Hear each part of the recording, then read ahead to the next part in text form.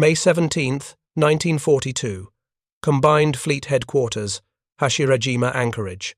Admiral Isuroku Yamamoto stood over the plotting table, studying the intelligence reports with growing satisfaction. 6 months into the war, and Japan's carrier striking force had rampaged across the Pacific with impunity. His staff officers had just updated the enemy carrier count, 8 American fleet carriers.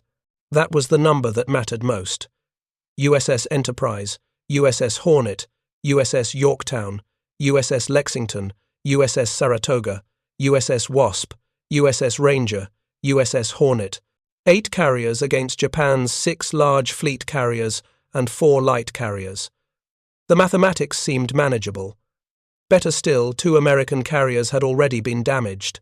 Lexington sunk at Coral Sea just 2 weeks prior, and Yorktown crippled in the same battle. The intelligence assessment suggested the Americans could field perhaps 6 operational carriers at most. Japan still held numerical advantage in the Pacific. What Yamamoto didn't know, what none of his staff could have predicted, was that within 18 months, those 8 American carriers would become 24. Not through magic, not through some desperate conversion of merchant ships, but through the methodical launch of an entirely new class of fleet carrier, the Essex-Class, purpose-built, mass-produced, and utterly dominant. The collapse of Japan's strategic assumptions about carrier warfare had already begun. American shipyards were about to demonstrate industrial capacity so overwhelming that Japanese admirals, despite their intelligence networks, despite their calculations, would watch in disbelief as their careful carrier counts became meaningless. The foundation of Japan's Pacific strategy rested on carrier aviation. Admiral Yamamoto had pioneered this doctrine, understanding that aircraft carriers represented the future of naval warfare. Pearl Harbor had validated his vision. 6 Japanese carriers, Akagi, Kaga, Soryu, Hiryu, Shokaku, and Suikaku, had struck the American Pacific Fleet with devastating precision on December 7, 1941. 8 battleships sunk or damaged, nearly 200 aircraft destroyed, more than 2,000 Americans killed. Yet even in victory, Yamamoto understood the fundamental problem. The American carriers had escaped. Enterprise, Lexington, and Saratoga, delivering aircraft to Wake Island and Midway, were at sea during the attack. Those 3 carriers represented the core of American naval aviation in the Pacific, and they remained intact. Worse, Yamamoto knew what his fellow officers refused to accept. America's industrial capacity dwarfed Japan's. The question was never whether America could build carriers. The question was how quickly Japanese naval intelligence maintained careful tracking of American carrier strength throughout early 1942. The count was updated weekly, sometimes daily, as new information filtered in from reconnaissance flights, submarine reports, and signals intelligence. 8 fleet carriers. That number appeared in briefings, in strategic assessments, in operational planning documents. It became the baseline for all Japanese carrier operations. If you're enjoying this deep dive into the story, hit the subscribe button and let us know in the comments from where in the world you are watching from today. The Battle of the Coral, see in May 1942, provided the first test of carrier versus carrier warfare. Japanese forces, supporting the invasion of Port Moresby, deployed carriers Shokaku and Suikaku. American forces, alerted by codebreakers, positioned Lexington and Yorktown to intercept. The battle unfolded over 2 days, May 7th and 8th, with aircraft from both sides striking enemy carriers without the surface ships ever sighting each other. This was unprecedented. Never before had naval forces engaged entirely through aircraft, with the ships themselves remaining beyond visual range. The tactical result appeared favorable to Japan. Lexington, struck by multiple torpedoes and bombs, exploded spectacularly and sank. Yorktown sustained damage, but escaped. On the Japanese side, Shokaku took heavy bomb damage, and Suikaku lost most of her aircraft complement. Both Japanese carriers survived, but required months of repair and retraining. The strategic outcome, however, favored America. The Port Moresby invasion was abandoned. For the first time since Pearl Harbor, Japanese expansion had been checked. More significantly, the battle demonstrated that American carrier aviation could fight effectively. Japanese pilots had expected easy victories over poorly trained American air crews. Instead, they encountered determined resistance and suffered significant losses. They counted their carriers, counted American carriers, and concluded that attrition favored Japan. America had lost a fleet carrier. Japan had lost none. The 8 American carriers were now 7. Admiral Yamamoto, planning the Midway operation, calculated that Japan could afford to trade carriers with America. Japanese shipyards were building new carriers. American shipyards, he assumed, were doing the same at roughly comparable rates. A war of carrier attrition seemed winnable if Japan maintained tactical superiority and operational initiative. This assumption would prove catastrophically wrong. But in May 1942, it shaped Japanese strategy. The Midway operation aimed to lure American carriers into decisive battle. Japanese forces would seize Midway Atoll, threatening Pearl Harbor and forcing the American Pacific Fleet to respond. Yamamoto would deploy overwhelming force, 4 fleet carriers, Akagi, Kaga, Soryu, and Hiryu, escorted by battleships and cruisers. American carriers, estimated at 2 or 3 operational vessels, would be crushed in open battle. Japan would achieve the decisive victory that guaranteed control of the Pacific. What Yamamoto didn't know was that American codebreakers had deciphered Japanese naval communications. Station Hypo at Pearl Harbor, led by Commander Joseph Rochefort, had broken enough of the Japanese JN-25 code to determine that AF, the target of the planned operation, was Midway Atoll. To confirm this, Americans had Midway send a false message in plain text reporting freshwater shortages. Japanese radio traffic soon mentioned that AF was short of fresh water. The Americans knew Yamamoto's plan. More critically, they knew his carrier count was wrong. Yorktown, damaged at Coral Sea and assessed by Japanese intelligence as requiring months of repair, was rushed back into service.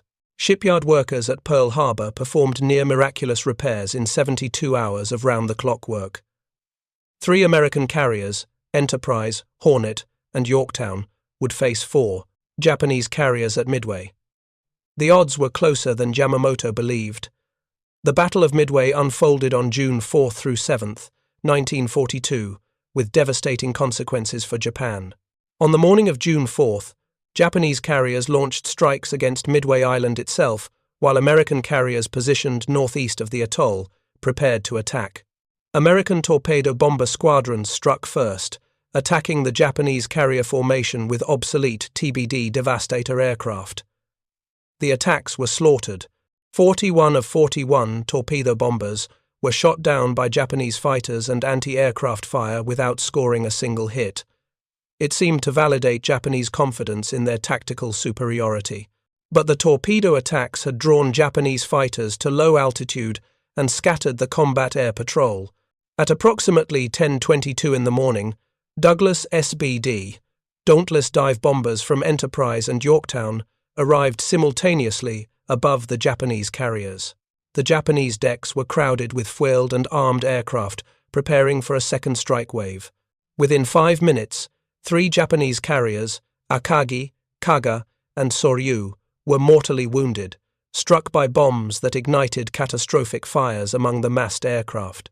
The 4th carrier, Hiryu, survived temporarily and launched strikes that crippled Yorktown.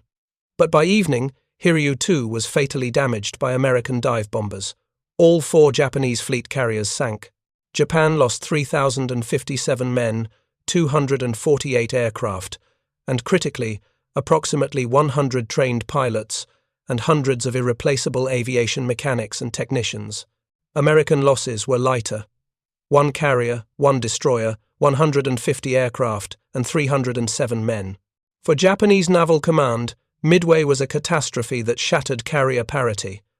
Japan had entered the war with 6 large fleet carriers. 4 were now at the bottom of the Pacific. America had lost 2 fleet carriers, Lexington and Yorktown. But America still fielded 4 operational fleet carriers in the Pacific, Enterprise, Hornet, Saratoga, and Wasp, plus Ranger in the Atlantic. The 8-carrier count Japanese intelligence had carefully tracked was now 7. Japan's 10-carrier count was now 6. The mathematics of carrier warfare had shifted decisively. Japanese admirals understood this immediately. Emergency meetings at Combined Fleet Headquarters focused on reconstruction of carrier strength. How quickly could Japan build replacement carriers? How long to train replacement pilots? The answers were sobering. Japan's shipbuilding capacity, limited by industrial constraints and raw material shortages, could produce perhaps 2 to 3 fleet carriers per year under optimal conditions. Pilot training, even with shortened courses, required 6 months minimum to produce marginally competent carrier aviators. What Japanese planners didn't know was that American shipyards had already laid down the first ships of an entirely new carrier class. The Essex-Class program, authorized before Pearl Harbor, represented American carrier doctrine evolved to industrial scale. These would not be one-off designs or converted hulls. They would be standardized, mass-produced fleet carriers built simultaneously at multiple shipyards across the United States. The first keel was laid on April 28, 1941, 8 months before Pearl Harbor. USS Essex herself, CV-9. By the time of Midway, 3 Essex-class carriers were already under construction. Japanese intelligence agencies, focused on tracking existing American carriers, failed to grasp the scale of what was being built. Surely America couldn't build fleet carriers the way they built merchant ships. The scale seemed impossible. One Japanese naval intelligence assessment from July 1942 estimated that America might launch 3 new fleet carriers by late 1943. The actual number would be 7. Throughout the second half of 1942, Japanese forces and American forces grappled for control of Guadalcanal and the Solomon Islands. The campaign became a grinding attritional struggle centered on Henderson Field, the airfield on Guadalcanal that whoever controlled it dominated the surrounding seas. Carrier forces on both sides deployed repeatedly to support surface operations. USS Wasp was sunk by a Japanese submarine on September 15, 1942. USS Hornet was sunk at the Battle of Santa Cruz on October 26, 1942. Japanese forces sank the light carrier Ryuho in August and suffered heavy damage to Shokaku in October. By the end of 1942, the carrier count had reached grim parity. America fielded 3 operational fleet carriers in the Pacific, Enterprise, Saratoga, and the newly arrived USS Ranger. Japan fielded 4 large carriers, Shokaku, Suikaku, Hunyo, and Hiyo, plus several light carriers. The 8 American carriers Japanese admirals had tracked in May were now reduced to 3 operational vessels in the Pacific theater. Japanese naval staff began to believe the carrier war was turning in their favor. Attrition seemed to be working. American carriers were being sunk faster than they could be replaced. If this continued, Japan might regain carrier superiority and reverse the strategic situation. Admiral Yamamoto, more cautious than his staff, worried about pilot quality. Japan had lost hundreds of experienced carrier aviators at Midway and in subsequent battles. Replacement pilots, while enthusiastic, lacked the skill and experience of the pre-war carrier air groups. American pilot quality, by contrast, seemed to be improving. New American pilots arrived with more training hours and better aircraft, but even Yamamoto didn't fully grasp what was coming. In January 1943, the first Essex-class carrier, USS Essex herself, completed SEA trials and was declared operational. She displaced 36,000 tons fully loaded, measured 872 feet in length, and carried more than 90 aircraft. Her design incorporated lessons from early war carrier operations: better damage control, improved anti-aircraft armament, enhanced aviation fuel systems, and greater aircraft capacity. She was faster than Japanese fleet carriers, better protected, and carried more planes. One Essex-class carrier represented a significant addition to American naval strength. But Essex was not alone. By March 1943, USS Yorktown, CV-10, named for the carrier lost at Midway, completed her shakedown cruise and joined the fleet. By May, USS Lexington, CV-16, named for the carrier lost at Coral Sea, was operational. 3 new Essex-Class carriers in 5 months. Japanese intelligence noted these launches with growing concern. The count of American carriers was rising again. Yet Japanese analysts still believed American carrier production would stabilize at manageable levels. 3 or 4 new carriers per year seemed plausible. Japan could match that rate if resources were allocated properly. What they couldn't see was the scale of American shipyard expansion. USS Bunker Hill, CV-17, commissioned in May 1943.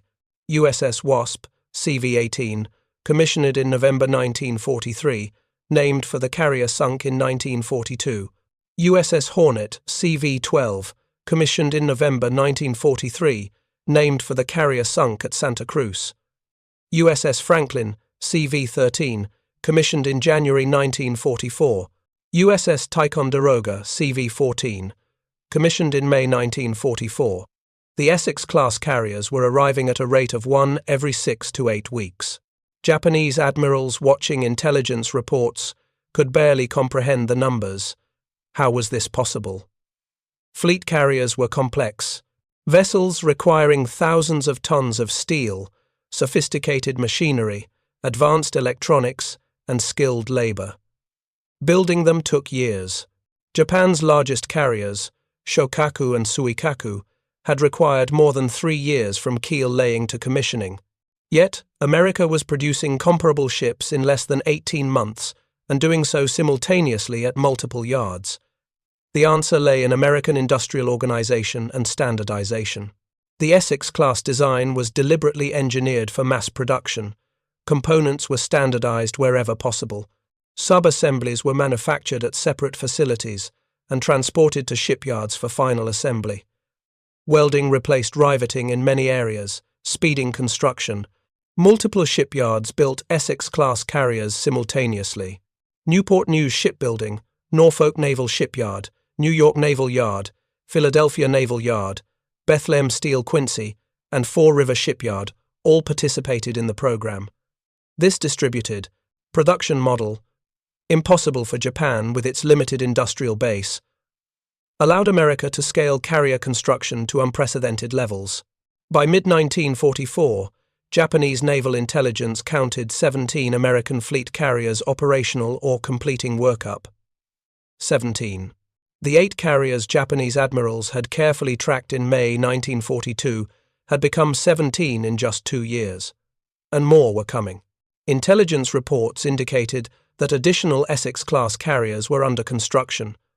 The count would reach 20 before the war's end. Admiral Minechi Koga, who had succeeded Yamamoto as commander of the combined fleet after Yamamoto's death in April 1943, faced an impossible strategic situation. Every carrier Japan possessed could potentially face 2 or 3 American carriers. Japanese carriers, operating with diminishing air groups and increasingly inexperienced pilots, could no longer achieve favorable exchange ratios. If Japan lost a carrier, replacement would take years. When America lost a carrier, 2 more appeared within months. The mathematics of defeat were written in steel hulls, sliding down American shipways at intervals that seemed to mock Japan's industrial limitations. Japanese commanders understood carrier warfare, understood tactics, understood operational art. What they had failed to understand was industrial capacity translated into sustained production. The 8 American carriers of May 1942 had seemed manageable. The 24 Essex-Class carriers that would dominate the Pacific by late 1944 represented a different category of naval power entirely. This was not warfare, as Japan had conceived it. This was industrial might translated directly into floating airfields that could appear anywhere, strike anything, and be replaced faster than they could be sunk. Japanese admirals, tracking the count with increasing desperation, began to realize what Yamamoto had feared from the beginning. America's sleeping giant was not just awakened. It was fully mobilized, and the weight of its industrial power was about to crush everything in its path. The Essex-class carriers weren't just numerous. They were revolutionary in design, capability, and operational flexibility. To understand why Japanese admirals reacted with such shock, one must grasp the technical sophistication packed into these ships. Each Essex displaced approximately 27,000 tons standard, swelling to 36,000 tons fully loaded. The hull stretched 872 feet in length, with a beam of 93 feet. Yet despite their size, they were fast, capable of speeds exceeding 33 knots. The power plant consisted of 8 Babcock and Wilcox boilers, feeding 4 Westinghouse-geared steam turbines, generating 150,000 shaft horsepower. This combination of size and speed meant Essex-class carriers could keep pace with the fastest cruisers and destroyers, allowing them to operate aggressively in forward areas without sacrificing mobility. Japanese fleet carriers Shokaku and Suikaku could manage 34 knots. But their smaller aircraft capacity and inferior damage control made them less capable overall. The flight deck measured 862 feet long and offered more operational flexibility than earlier American carrier designs. 2 hydraulic catapults, H-4B models, could launch aircraft rapidly, allowing the Essex to spot and launch strike packages faster than Japanese carriers that relied primarily on free takeoff runs. The hangar deck below, divided into 3 sections by fire curtains, could accommodate more than 90 aircraft, depending on type mix. Typically, an Essex carried 36 Grumman F-size F Hellcat fighters, 36 Douglas SBD, Dauntless dive bombers, or later Curtiss Speedo C Helldiver bombers, and 18 Grumman TBF Avenger torpedo bombers. This air group was significantly larger and more capable than Japanese carrier air groups by mid-war. Protection was another critical advantage. The Essex class incorporated lessons learned from Yorktown and Hornet losses. Armor protection included a 2.5-inch belt at the waterline, 4-inch armor on the steering gear, and 6-inch armor on the conning tower. The flight deck itself wasn't armored, a controversial decision that prioritized aircraft capacity over deck protection, but extensive compartmentalization and improved damage control systems provided resilience. Multiple redundant fire mains, enhanced aviation fuel containment, and better-trained damage control parties meant Essex-class carriers could absorb punishment that would have crippled earlier designs. Aviation fuel systems illustrated the attention to detail. The Essex stored more than 230,000 gallons of aviation gasoline in multiple tanks distributed throughout the ship. Systems protected fuel storage areas. Fuel lines incorporated automatic shut-off valves to prevent fires from spreading. These systems, mundane but critical, represented the unglamorous engineering that made American carriers survivable in combat. Japanese carriers, by contrast, had demonstrated catastrophic vulnerability when aviation fuel systems were compromised, as Midway had shown. Electronics and fire control gave the Essex-class decisive advantages. Each ship carried SK air search radar, capable of detecting aircraft at ranges exceeding 100 miles. SSA radar provided earlier warning but shorter range. SM height-finding radar could determine altitude of incoming raids, critical for vectoring combat air patrol fighters. Fire control radars directed anti-aircraft batteries with precision, unmatched by Japanese systems. The Combat Information Center, a dedicated compartment filled with radar repeaters, plotting boards, and communication equipment, allowed the carrier to coordinate its air group and direct defensive fighters with efficiency that seemed almost supernatural to Japanese opponents. The anti-aircraft armament was staggering. Each Essex mounted 12 5-inch 38 caliber dual-purpose guns in twin mounts, capable of engaging both aircraft and surface targets. These were supplemented by 32 40mm Bofors guns in quad mounts and 46 20mm Oerlikon cannons in single mounts. By late war, Essex-class carriers bristled with so much anti-aircraft firepower that Japanese pilots described approaching them as flying into walls of steel. The massed gunfire from an Essex and her screening destroyers and cruisers could fill the sky with exploding shells and tracers that shredded attacking aircraft. Japanese carriers, Even modern ones like Taiho, launched in 1944, couldn't match this combination of aircraft capacity, protection, electronics, and anti-aircraft defense. Taiho displaced 37,000 tons, similar to an Essex, but carried only 60 aircraft. Her armored flight deck, thought to provide superior protection, actually reduced aircraft capacity and operational flexibility. When Taiho was struck by a single torpedo from an American submarine during the Battle of the Philippines Sea in June 1944, poor damage control allowed aviation fuel vapors to accumulate. A single spark ignited a catastrophic explosion that destroyed the ship. An Essex-Class carrier with its superior damage control systems likely would have survived the same hit. Crew size reflected operational philosophy. Each Essex carried approximately 3,400 officers and men, including the air group. This large crew enabled round-the-clock operations. American carriers could launch strikes, recover aircraft, rearm and refuel planes, and launch again with efficiency that Japanese carriers couldn't sustain. Multiple shifts of aviation mechanics, ordnancemen, and flight deck crews kept operations continuous.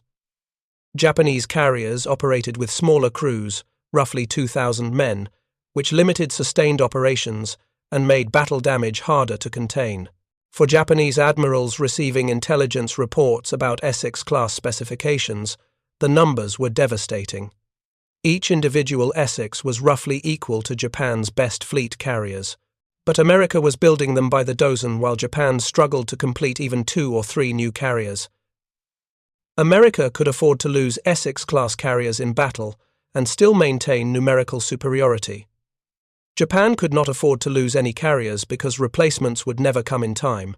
By early 1944, Japanese naval commanders understood they faced an existential crisis. The carrier count that had once seemed manageable now looked hopeless.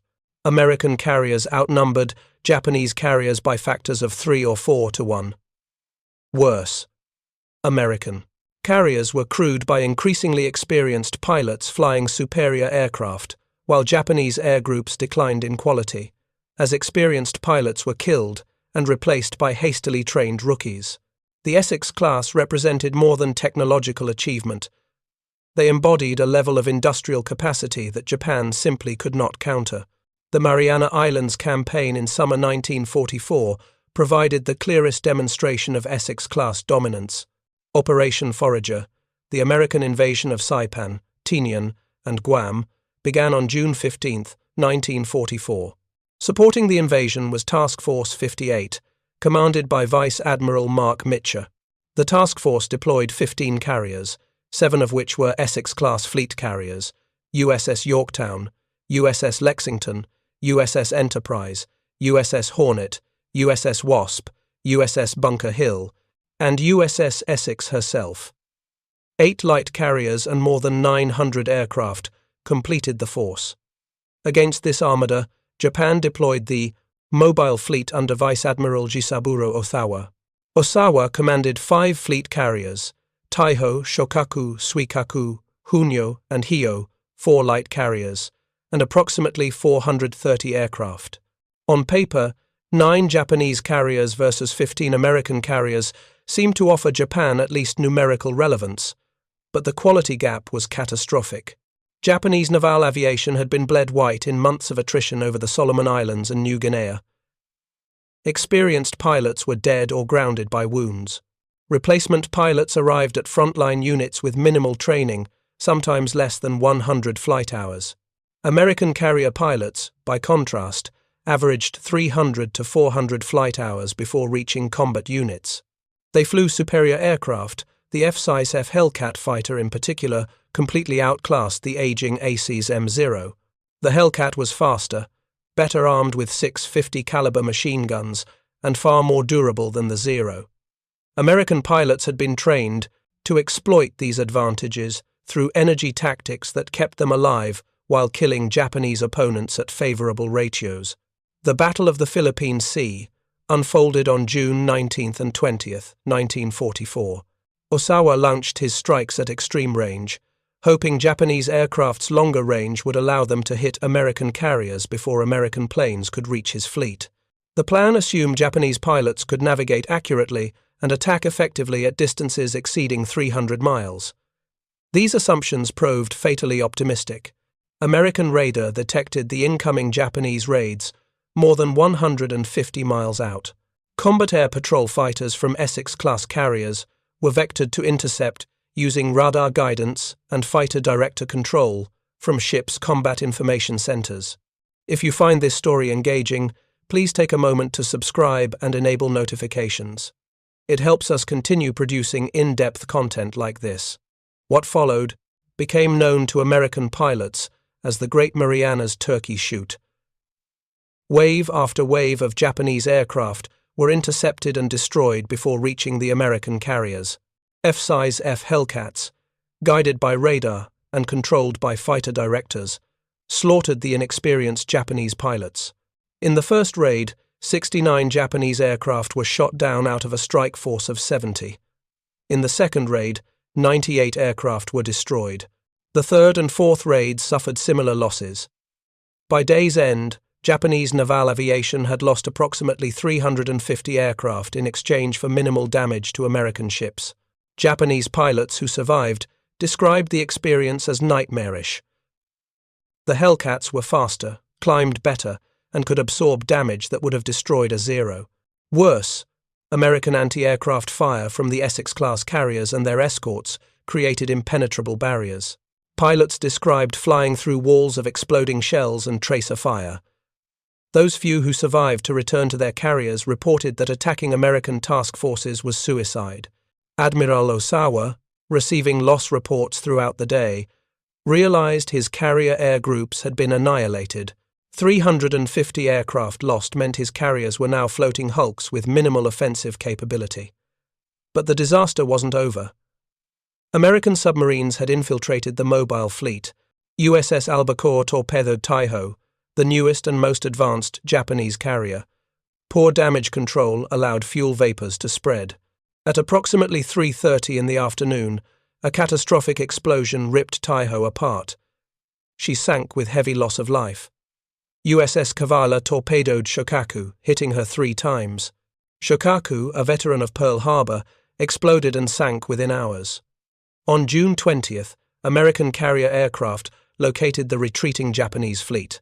Mitchell made the controversial decision to launch strikes at extreme range late in the afternoon, knowing his pilots would have to return in darkness. The strikes sank the carrier Hio and damaged several other ships. More than 80 American aircraft were lost, mostly to fuel exhaustion or water landings after dark, but the pilots were largely rescued. Japan lost another carrier and had its remaining flat tops further depleted of aircraft. The Battle of the Philippine Sea ended with Japan having lost 3 fleet carriers, approximately 450 aircraft, and more than 450 trained pilots. American losses were 1 battleship slightly damaged and roughly 130 aircraft, most salvaged or with pilots rescued. For Japanese naval aviation, the Philippine Sea was midway multiplied. The precious remaining experienced pilots were gone.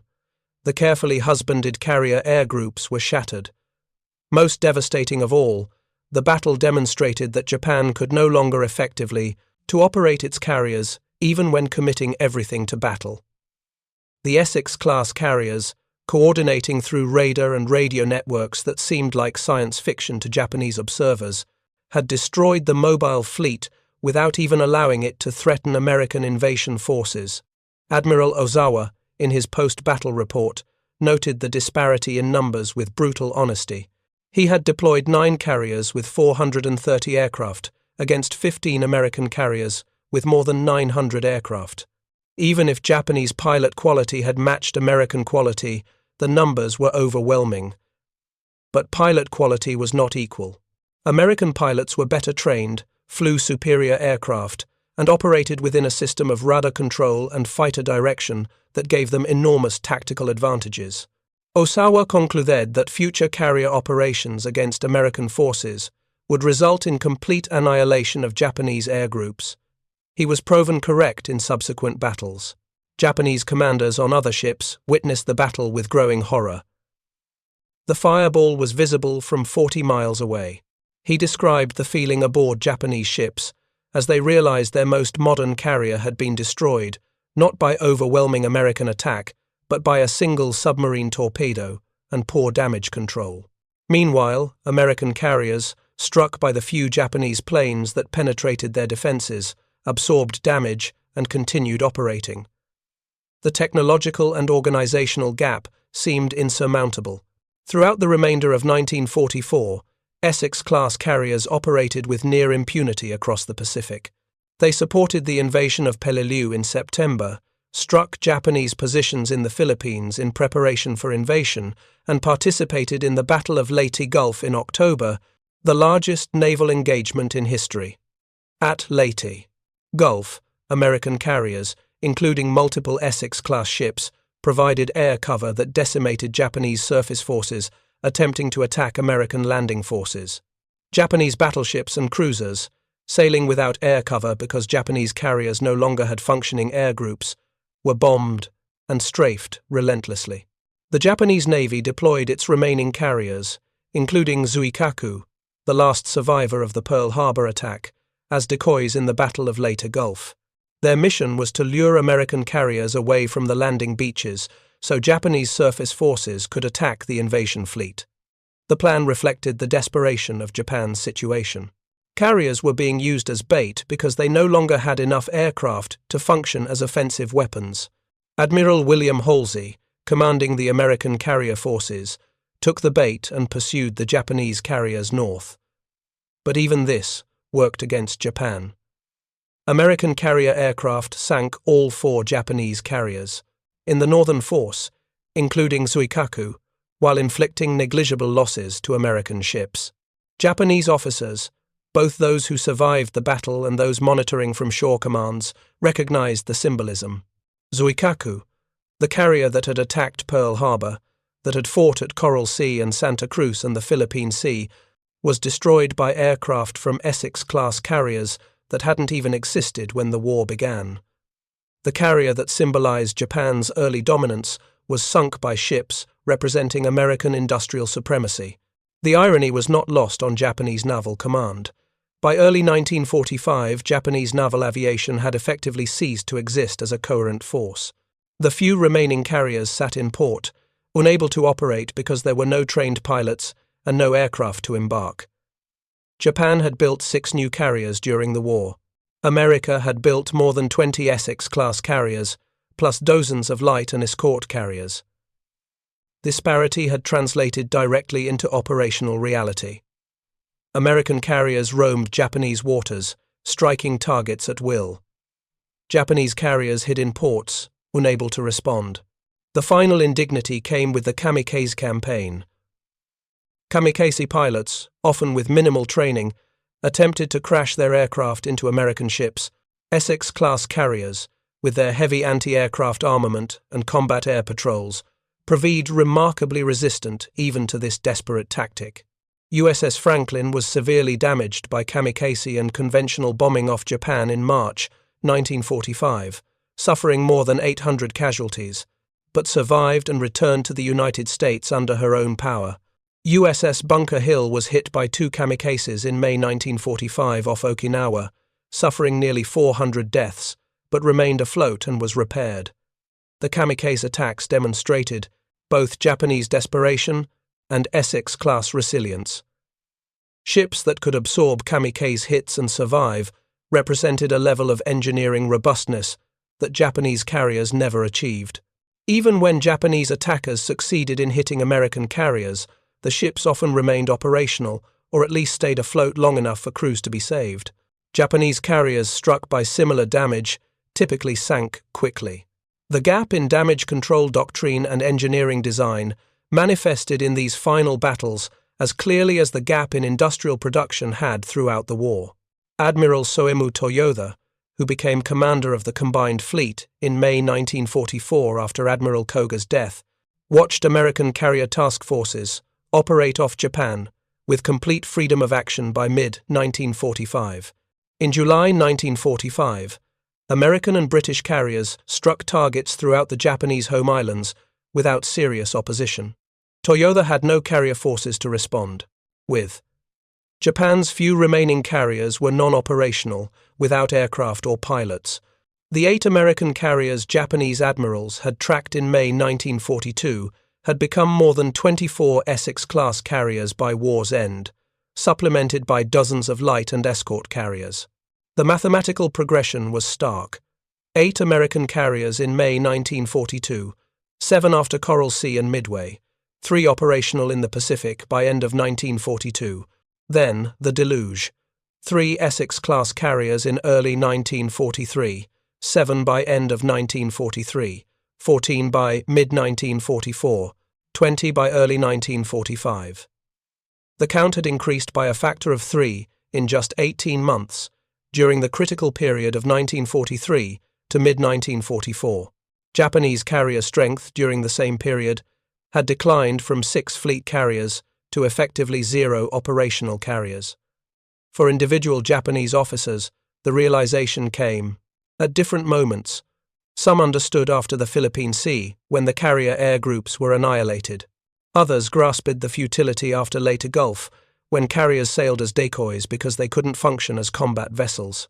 A few like Yamamoto had understood from the beginning that America's industrial capacity would eventually overwhelm Japan regardless of tactical victories.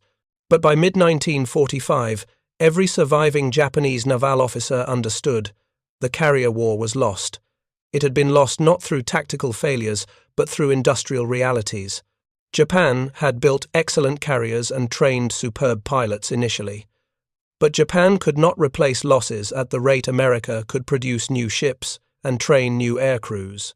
The 8 carrier count that had seemed manageable in 1942 had become 24 Essex-Class carriers by 1945, and there was nothing Japan could do to counter this advantage. Victory had never been possible once. American industrial mobilization reached full scale. The Essex-Class carriers were the visible manifestation of this reality, steel monuments to the industrial power Japan had challenged and could never overcome. When the war ended in August 1945, the Essex-Class carriers remained as powerful symbols of American victory. 14 Essex-Class carriers had seen combat service during the war. Not one was sunk by enemy action. Several suffered heavy damage, USS Franklin and USS Bunker Hill particularly, but all survived. This combat record, 0 losses in the most intensive naval warfare in history, testified to their engineering excellence and the skill of their crews. Japanese carriers, by contrast, had been systematically destroyed. Of the carriers that Japan operated during the war, every single fleet carrier was sunk. Only a handful of light carriers and training carriers survived. Post-war interrogations of Japanese naval officers revealed the psychological impact of Essex-Class proliferation. Admiral Osawa, in Allied captivity, was asked when he realized Japan had lost the naval war. He responded that after the Philippine Sea, he knew carrier operations against American forces were impossible. The quantitative and qualitative advantages were too great. Asked specifically about the Essex-Class carriers, Osawa noted that intelligence reports indicating America was building 1 fleet carrier every 6 to 8 weeks seemed impossible to believe at first. How could any nation construct such complex vessels so rapidly? Yet the evidence appeared in combat. New Essex-Class carriers, freshly commissioned, operating off Japanese-held islands with full air groups and complete efficiency. Osawa admitted that Japanese planning had fundamentally miscalculated American shipbuilding capacity. Pre-war estimates suggested America might build 4 to 6 new fleet carriers during a multi-year war. The actual figure of 24 Essex-Class carriers plus dozens of other carrier types exceeded worst-case Japanese projections by factors of 4 or 5. This miscalculation, Osawa said, was not an intelligence failure, but a failure of imagination. Japanese planners could not conceive of the industrial system that made such production possible. They understood American factories were large. They didn't understand that American industry could transition to wartime production at scales that exceeded Japan's total industrial capacity. Vice Admiral Takeo Kurita who commanded Japanese forces during parts of the late Gulf Battle, offered similar testimony. He described the psychological effect on Japanese sailors of facing American carrier task forces. The men knew that every American carrier potentially had 2 or 3 sister ships behind it. Sinking one Essex-Class carrier meant nothing strategically because America would replace it within months. By contrast, every Japanese carrier loss was irreplaceable. This knowledge, Kurita said, eroded morale and fighting spirit even before battle began. How do you maintain offensive spirit when you know the enemy can sustain losses indefinitely while you cannot afford any losses at all? Japanese carrier pilots who survived the war provided ground-level perspective on the Essex-class impact. Saburo Sakai, Japan's leading surviving ace, wrote in his memoir about encountering American carrier task forces in 1944. He described the wall of anti-aircraft fire from Essex-class carriers and their escorts as unlike anything he had experienced earlier in the war. The sheer volume of fire made successful attacks nearly impossible. More devastating was the appearance of radar-directed fighters. American Combat Air Patrol intercepted Japanese strikes while they were still 50 to 100 miles from the carriers. By the time Japanese aircraft reached the task force, half or more had been shot down. Those that survived faced the anti-aircraft fire.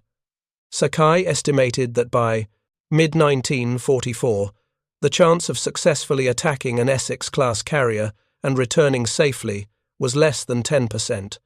Such odds meant every mission was essentially a suicide flight. The statistical record supports these accounts.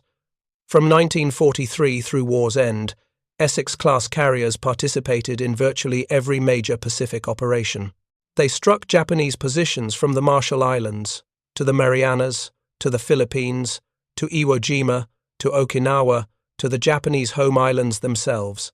Their aircraft sank hundreds of Japanese ships, destroyed thousands of Japanese aircraft, and supported dozens of amphibious landings.